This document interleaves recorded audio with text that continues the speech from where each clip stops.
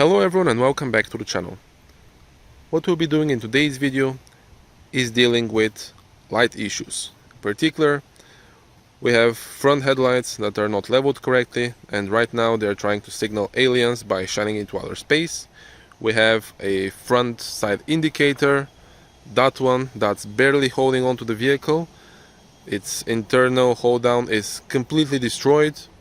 We'll see that in a second, so we'll need to replace that one, and by extension this one as well, because it will be stupid to have one brand new side indicator and one that's faded and looks disgusting.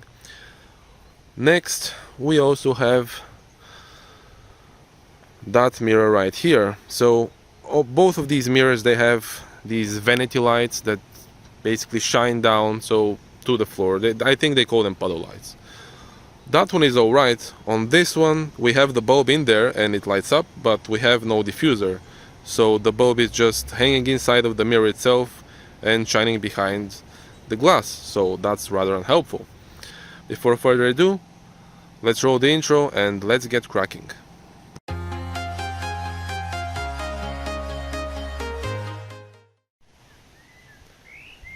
I'll start by removing the headlights, as we'll also need to remove those in order to have access to the hold downs for the side indicators that are on top of the fenders.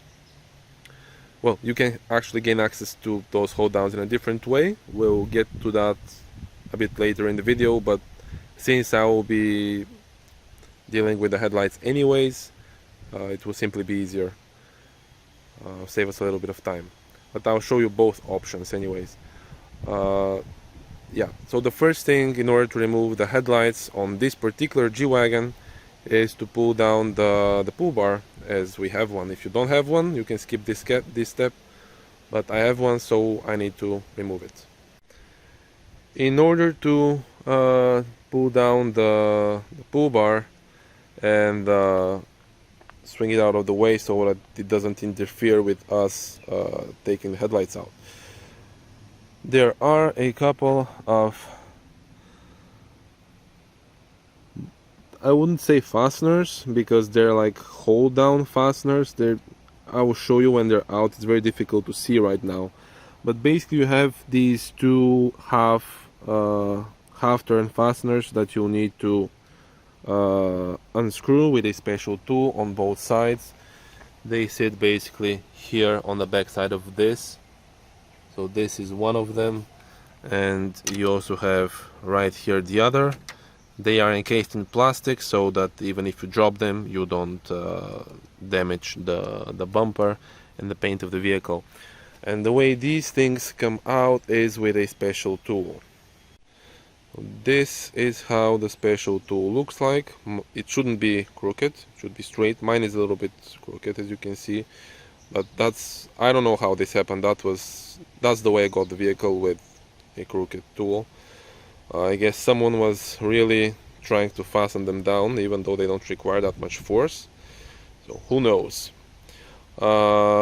Anyway, so we'll need to use this in order to loosen both of the half turn fasteners. Let's call them fasteners. When I take them out, you'll see exactly what they are.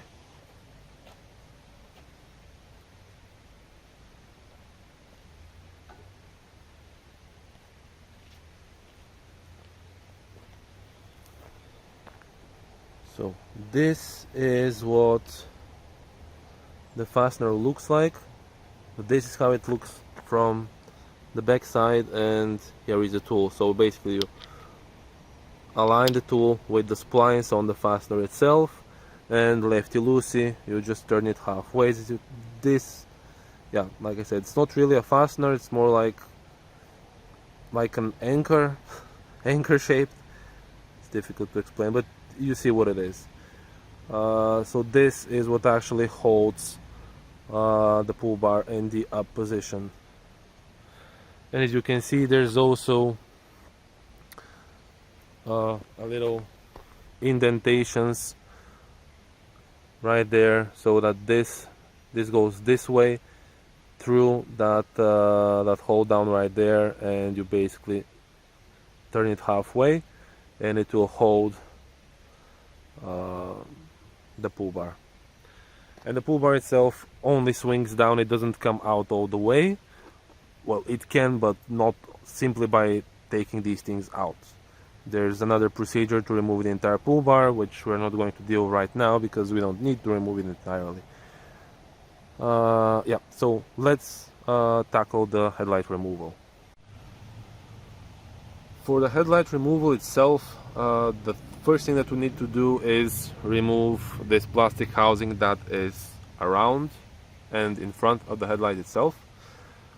In order to do that, there are two little screws. On my particular vehicle, they are Phillips head screws, and they're located here and here.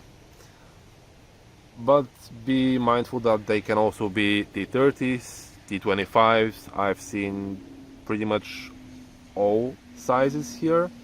So yeah, let's remove those and let's continue then to removing everything else.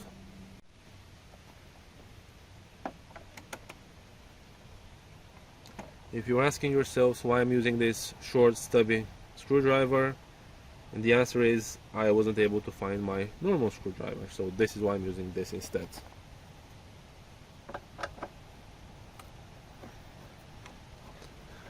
You don't need to remove the screws out completely. In fact, you shouldn't remove them completely, you just need to loosen them. With the screws loosened, you'll need to grab the plastic surround and pull it up and out, and I'll show you how to do that right now. So basically, you take hold of it, you pull it up, because there's some hold down that it needs to clear here on the top side. I'll show you when it's in the out position, and then you basically swing it up and out. It will not come out all the way because it is connected by the headlight washer, nozzle and a hose that's right here. So I would recommend putting something very soft here on top of the pull bar or the bumper in order not to let this simply hang, as it will scratch the paint on the surface. Let me get something, put it right here, and we'll continue. I've put this microfiber cloth in there just so that I'm sure nothing will get scratched. And now let's see about removing the headlight itself. As a small side note, I just want to show you where the GPS antenna is for this vehicle. If you have a Command 2.0 or an NTG 2 or 2.5. The antenna sits right here, which is actually a perfect location because the bezel itself is made of plastic, so it has perfect reception from the satellites. So this is where this is, this unit right here. It's held down by a little nut on the bottom side, and here you can also see where the cable goes. To remove the headlight itself, there are 3 screws, and so are also 3 screws for the leveling of the headlights. So you'll need to be very careful which exactly screws you loosen now, because if your headlights are perfectly leveled, then you certainly don't want to mess around with the leveling screws. So let me show you right now. They're actually quite easy to distinguish. So the screws that are here on this front part of the headlight bezel, this one, and this one right here on this side, they are used for the leveling of the headlight itself.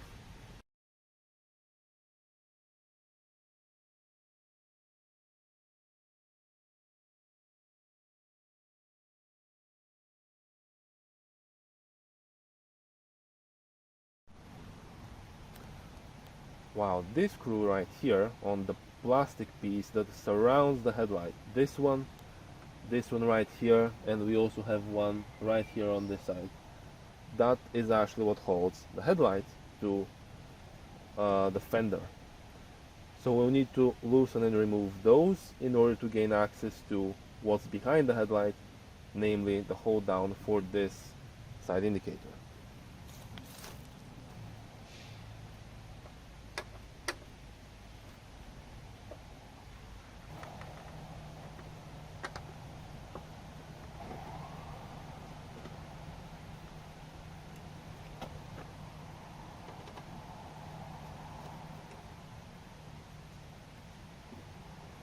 With the 3 screws removed, the headlight is ready to come out.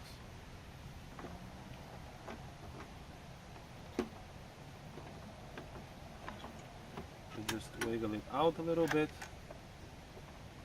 and we have a headlight. The headlights are now removed and we can clearly see the spaghetti of wires that was behind it. We see the CAN emulator and the ballast, they were just hanging in there, not screwed or tied down to absolutely anything, which is exactly the way everything should be, because you want this to rattle around and break. That's perfect. Well, considering that this seems to be like the crappiest setup possible, like the headlight itself, at least it's made in Taiwan, it's not China, but it's still crappy as hell. So now I know that all of this needs to come out again and done properly, not the way someone did it before. As you can see, like this is insane. Anyways, this will be for another video. I'll need to do some research on what type of bulb this accepts. I took this thing out, so I took this out quickly behind camera. And it seems to me at least that it should have accepted an H7 bulb. However, yeah, I'll need to do some more research, see exactly what it is, and try to find something proper. This particular xenon bulb itself looks to be on the brink of dying, so that's not good. Anyways, what we need to do next is remove this side indicator. And why we took the headlight out is the following reason. So if we go like this, you can clearly see the 2 nuts, well, 3, 2.5, let's say, that hold the side indicator from the bottom part of the fender. So this is why we needed to remove this. Now, technically speaking, you can also simply remove the fender liner, so this part inside. But as I was going to be showing you how to adjust the headlights, it would have been a lot simpler to just remove the headlights in order to gain access to this. And I also want to see what's behind the headlight, and I'm very glad that I saw this, because this will be repaired. I cannot let this stay like this, because this looks terrible. Plus, I have had always issues with, because these are bi-xenon lights, which means you have the xenon bulb acts for the low and the high beams, and whenever I use the high beams, sometimes I would get an error on the dashboard showing that the headlights are not working, even though they are. So there's something weird going on with this CAN emulator. Probably it's a little broken, and the reason for that is that it was dangling right here, not being attached to anything. You can clearly see this is not watertight and it's all dirty, which means probably dirt and water got in there at some point. There's nothing preventing water from splashing here when I go through large potholes filled with water and when it rains. So yeah, like I said, this will be fixed. This will be an episode, another video. Let's continue on with the side indicators. Mine have this cover on top of them, which is, even though I like this, it looks very nice with them. Whoever actually did it was a moron, because they drilled into the fender. They sell kits that do not require fender drilling, which would have been better, considering this is a G-Wagon and All of these parts cost a lot of money to replace, and once you drill into them, you basically are welcoming rust and corrosion. Anyways, let's continue on. The way this comes out is simply you pull it from behind, and now you have access to the two screws here. Mine, like I said, this screw isn't really attached to anything. Everything inside of this is broken. This one is hanging on for its dear life by a thread, and you'll see what I mean once I loosen both of these screws. Let's put you on the tripod again and remove this crap. Before I remove the top part of the side indicator, I just want to bring your attention to something. As you can see, these little dots here, this is a telltale sign that water has gone inside this indicator. You can also see right here that this is not even fitted inside of this housing, so there's absolutely nothing preventing water from coming inside from the front part. So basically this is completely destroyed.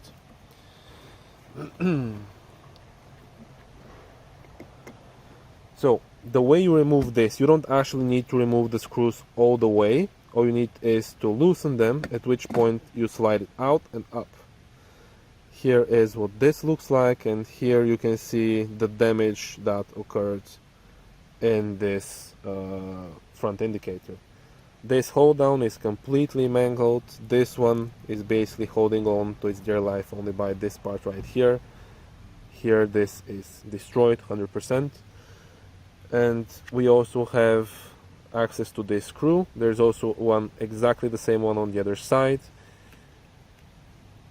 And considering we also have the headlight removed, we can also get hold of the nut that's on the bottom side. So if you simply loosen this, the nut will fall into the fender, you'll never find it again, and you won't be able to put this thing back properly.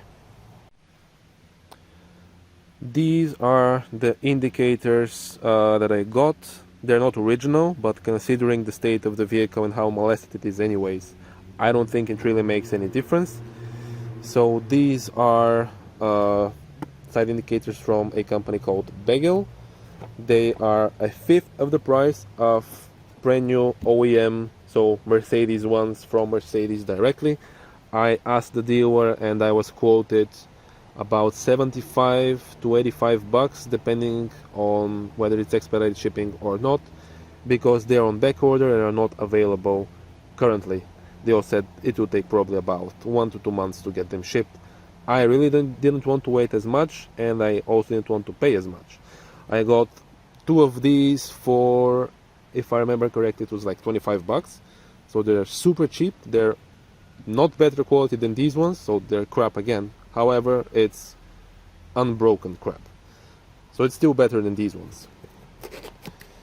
So let's unbox them real quick and see how they look. And this is it. The only thing that really bums me is they don't have the chrome part on the inside here in comparison to the old light. Let me just grab that real quick. So the old housing that was at least sprayed from the inside with a chrome rattle can, but I can do this to these ones as well. At least the good thing is these look a lot better. They're also stamped here with the name of the manufacturer, and it also says Germany, which is very weird because on the box itself it clearly says made in Turkey. So what is this? Is made in Turkey, or is it made in Germany? Or maybe only the housing here, so the top part is made in Germany and everything else is made in Turkey. Who knows? Anyway, I don't care. The only thing we will bring back from the old lights is the black fasteners. These are chrome. I don't like how they look. The other ones look OE with the black tops of the heads of the fasteners. So we'll bring those back. Anyways, let's take this thing out first, and then we'll put this in its place.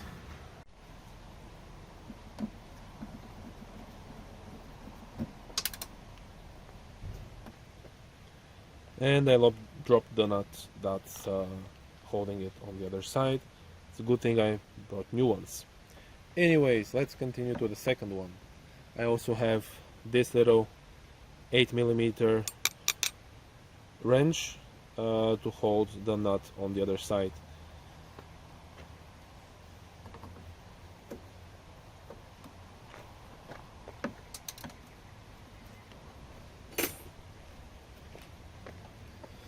Now we have the wiring that we'll need to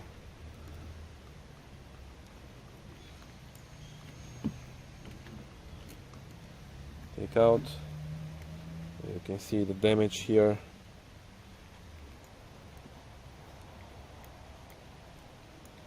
And these are really on there. So we have this one. I think it was red at some point, or white. Goes here, and this one to the other side. Now, like I said, take the fasteners out. We'll need those, and everything else is basically crap.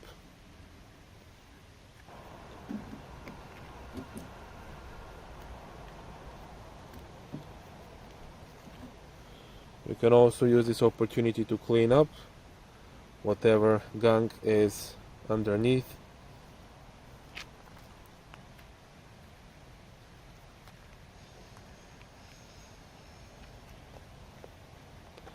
I have the wiring here as well.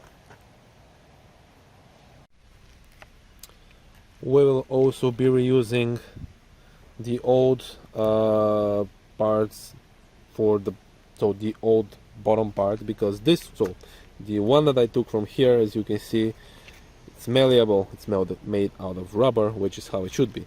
This is hard plastic, and this will do absolutely nothing. It will just scratch up the paint and the surface here. Everything is now thoroughly cleaned, and we can see that apparently, so at least in my opinion, this fender was repainted at one point, and whoever did the final assembly after that didn't wait for the paint to cure properly, and this is why we have these little bubbles on either side right here. Anyways, nothing that we can do about this really. So the paint isn't compromised, it's just a little bit bubbled. It shouldn't really matter, considering that the base of the side indicator is made out of rubber. At least the base that we will be using is made out of rubber, and it acts as an insulator and doesn't allow for water and crap to go inside, which is good. So we'll leave it as it is, not going to mess around with it. At one point this can be repainted once again, but I don't think it's necessary right now. There are not enough rock chips or anything else that's compromising the paint or the fender itself. No rust, except for this little thing right here, which of course will get covered completely by the gasket itself. So nothing really to be done here right now. And this is also like a little bit of surface rust, it's only on top of the paint itself actually. I don't see, and now that I look closer into it, it doesn't seem to be rust at all. It seems some slight discoloration of the paint, like someone touched it with something else while it was still curing. So yeah, not actually rust. Anyway, so that's good. Now, like I said, we're going to be using the side indicator base that is made out of rubber. That is the old one. This one right here, as you can see, it's nice, pliable rubber. We're going to clean it up, of course, all the way. And yeah, it should be good to go. Now, while the base that I just cleaned up is drying, what I want to do is, if you remember the old Side indicator cover that we took off has this chrome painted part inside of it. It wasn't painted very well, but it was painted. And the new one isn't painted at all, so it is transparent, completely transparent. So when I put that in, you'll basically be able to see all of the insides of the tail light, which I personally don't think looks good. So we're going to be painting the insides of these new covers the same way that the old ones were. So let's do that, and I'll show you how you can do this. As you can see, the lenses of the side indicators are covered with painter's tape. Only the parts that are supposed to be painted are visible.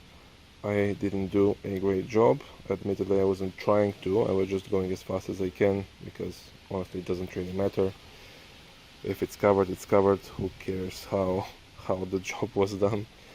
Now the only thing that's left is to use a clean microfiber cloth and to clean the insides of any dust and oils that might be on these lenses. And then we can use the paint that I bought, and I will show you now what it is that I got. This is the paint that I got. It says Chrome Effect. Looking at the cap, it looks very chromy, but trust me, I've used this kind of stuff in the past. It looks nothing like this, like absolutely nothing like this. It's just normal silver with a little bit more sparkle in it. But I think it will be good enough for this particular job. Now, if you want to go crazy, you can also use some plastic primer before using this. I'm not going to. I don't have one on hand. I also don't think it would really matter in this particular occasion, considering that these aren't going to be under a lot of stress and they're very easy to take off. Even if this starts to flake in several years, I can always repaint them. Plastic primer usually used on bumpers and other plastic surfaces that are under a lot of stress and are prone to bending. So yeah, that's so that the paint doesn't chip or crack. In this case, I don't think it would matter. So let's see here my improvised booth, paint booth. It's basically a box of one of the new side indicators. I'll just put this thing inside and go wild with the paint. Well, let me put you on the tripod again, and let's see how it goes.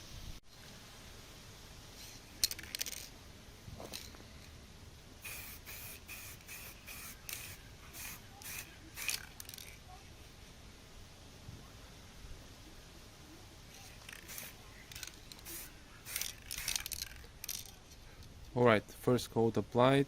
Let's wait 5-6 minutes and we'll apply the second one and then third one as well, and we'll be done.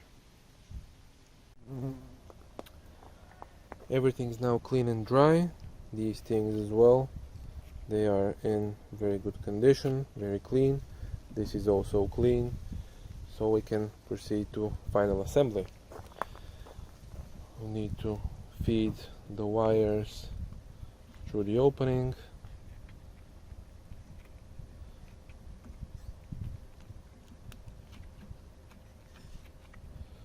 Just like this, and then carefully lay this on top. Here the holes on either side must align with the holes respectively underneath, so in the fender itself, just like this. And then we'll need to grab the new inside part, meaning this thing. It's nice and shiny in comparison to the old one, which was first of all destroyed and also quite faded.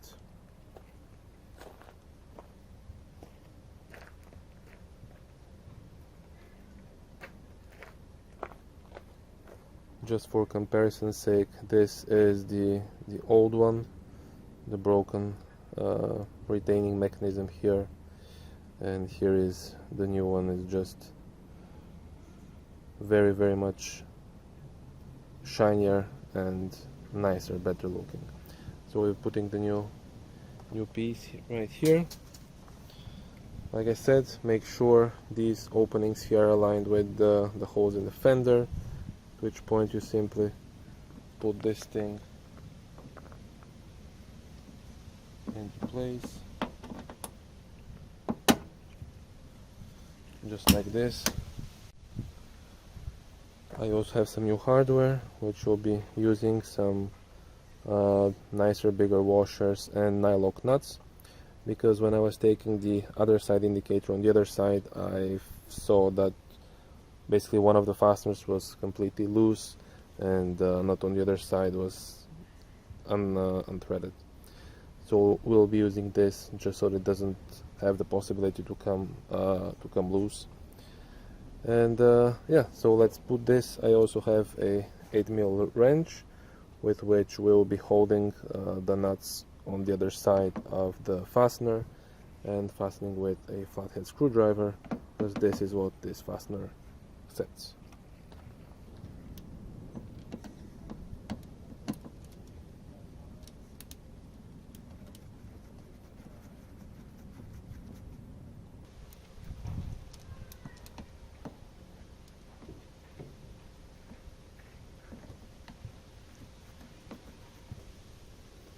You don't need to go crazy tight. This is plastic and you will break it if you over torque it. You pretty much feel when it has bottomed out and it's securely into place. Now it's just a matter of putting our bulb and also connecting the wires. So this one went right here in the bottom part, just like this, and the white and black one was right here. It does feel a little bit loose, so maybe let's try. Yes, this side feels a lot better. Now we need to put on the bulb.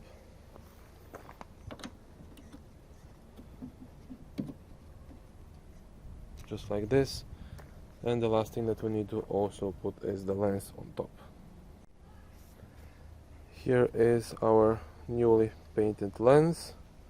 It looks absolutely perfect, and all we need to do now is basically first try and test fit it, see whether it fits nicely, and it does.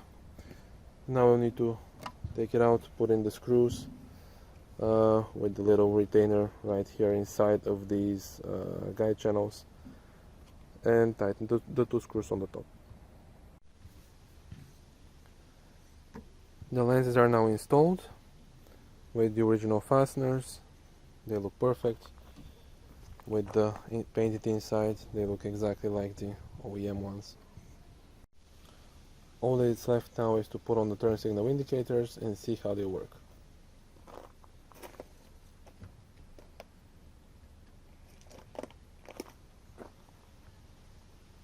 And they look amazing.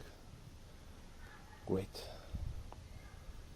So let's button up the front end and let's move to the other lights that also need to be addressed. While we have the headlight covers off, let's give the headlights a nice wash. This is the perfect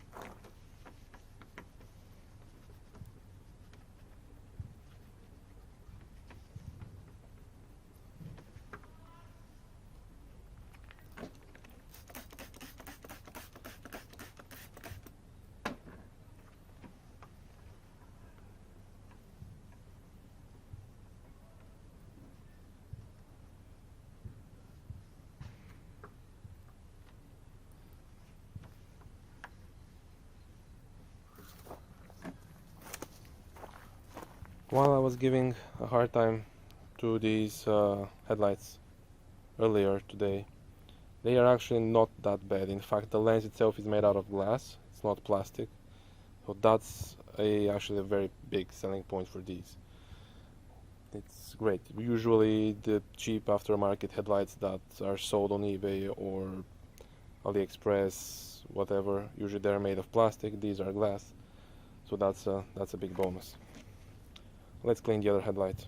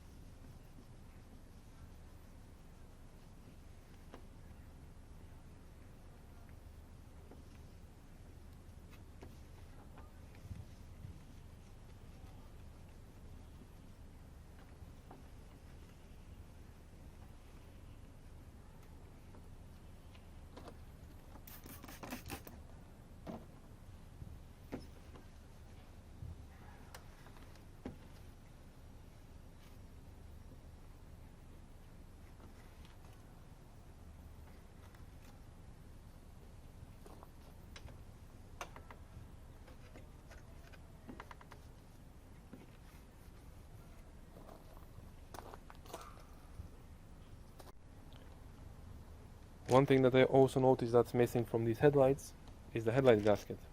So the headlight gaskets go around the headlights on either side, and they basically prevent water and grime and whatever else to come through the opening of the shroud inside of the fender itself.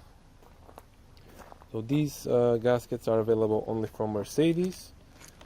There are no aftermarket options, and this right here is the part number 463-826-0091. They are sold a piece, so you need to buy two, and this is how they look like. Let's go and put these on. By the way, these gaskets are directional. Let me just pull it out to show you. So here they have on the inside a little ridge, so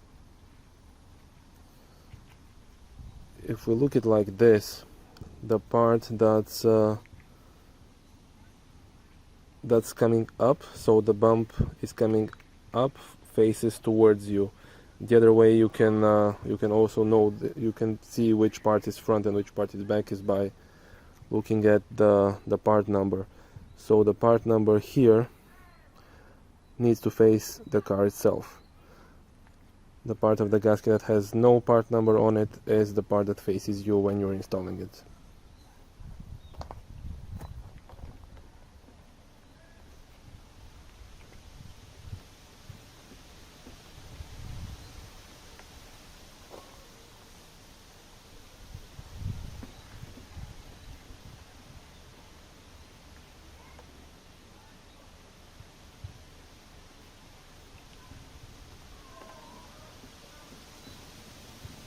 When the gasket is installed, you pretty much feel that it doesn't want to go backwards anymore, and it's pressed up against the headlight properly, and you can go ahead and install the cover, so the headlight cover. Now the way I usually do it is I also loosen the front grille.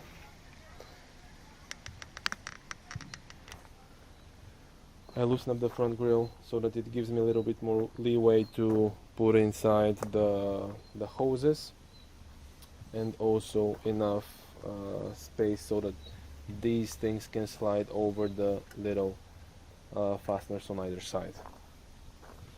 So let's see how exactly that happens. Well, as you can see now,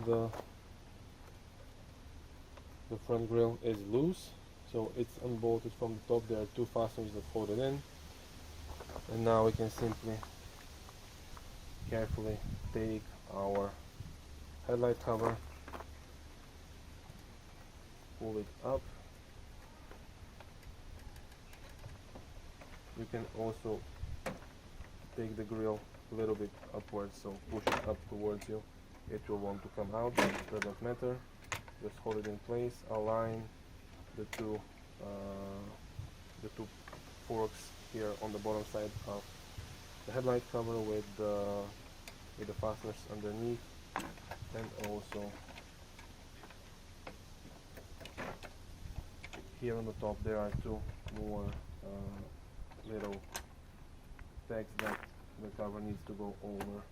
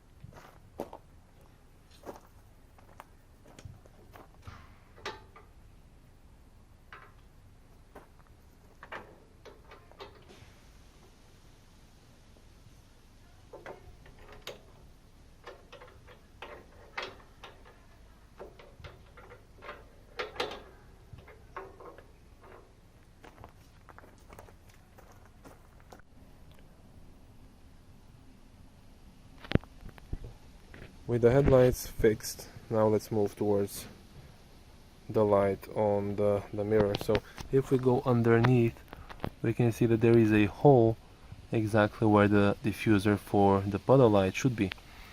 Now the light itself is right here.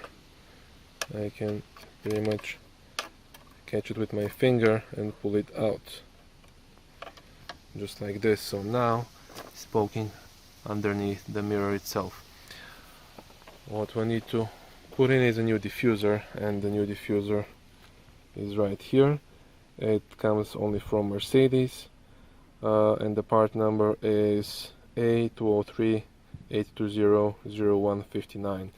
So this is a shared part from the Mercedes C-Class, the W203 C-Class, and the W209 CLK. So let's unbox this and see how exactly it needs to go into the mirror and attach itself to the light. This is what the part looks like. It comes with a small gasket underneath, and it's a rather small part in quite a large box. But anyway, let's put this thing. So I've already started with the process of prying the glass part of the side mirror from the housing itself.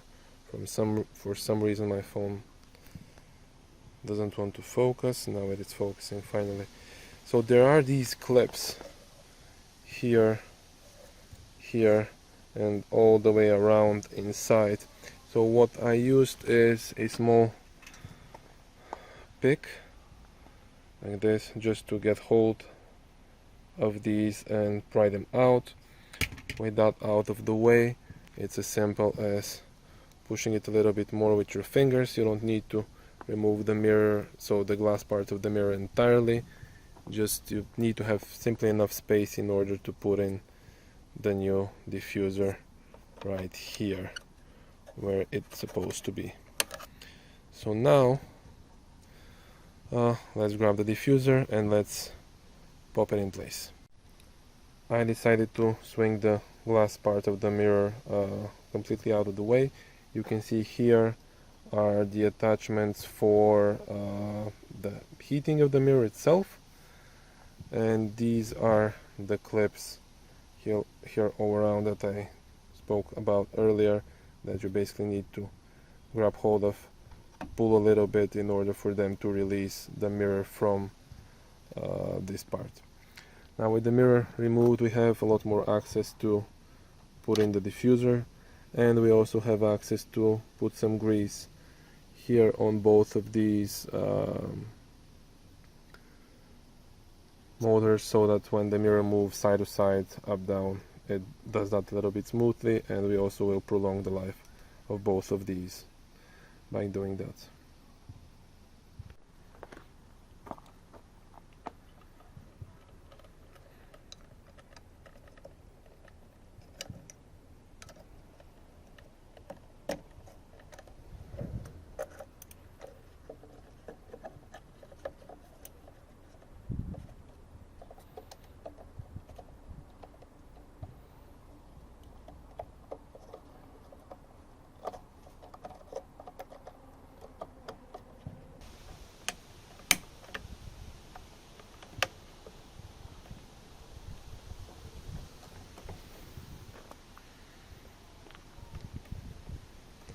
and just like this it is attached.